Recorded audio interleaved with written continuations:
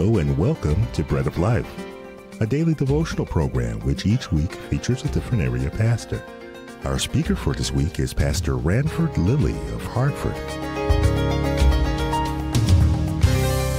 Hello, this is Pastor Ranford Lilly, and again, I'm so happy to be with you.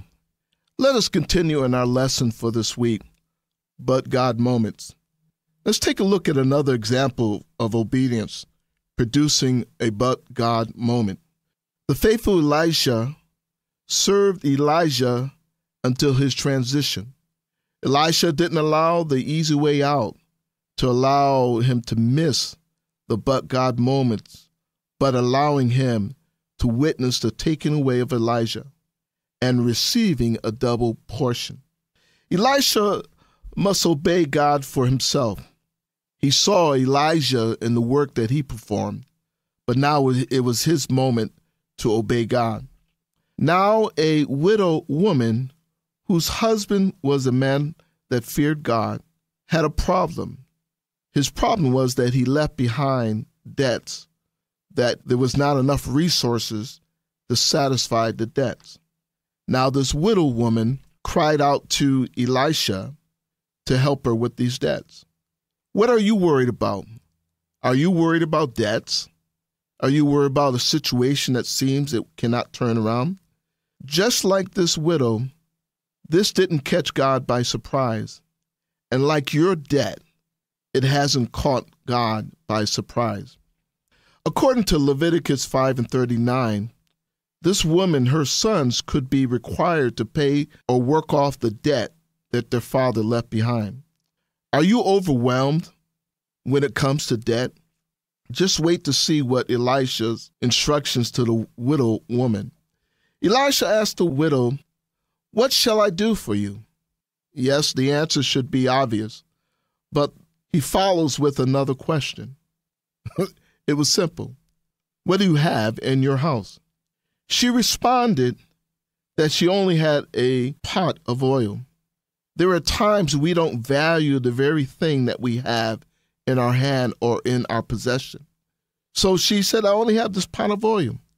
So Elisha, he instructed her to borrow vessels, but not a few.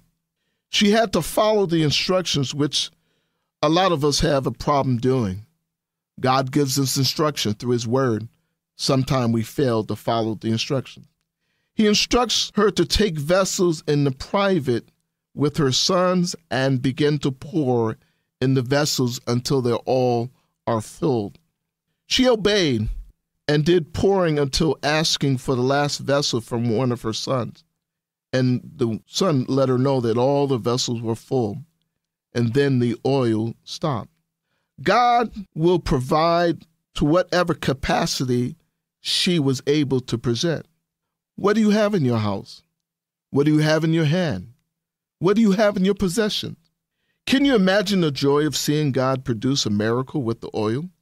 So she comes back to Elisha for further instructions. The instructions were simple.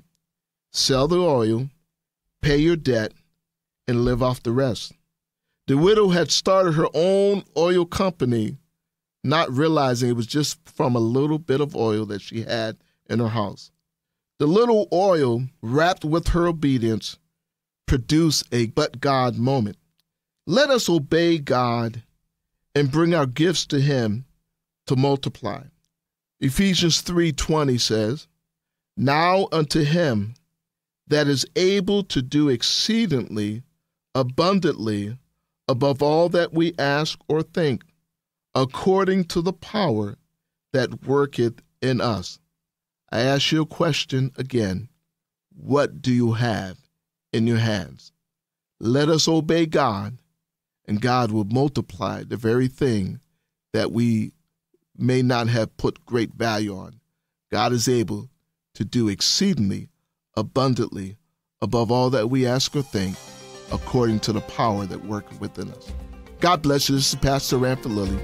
Until we meet again.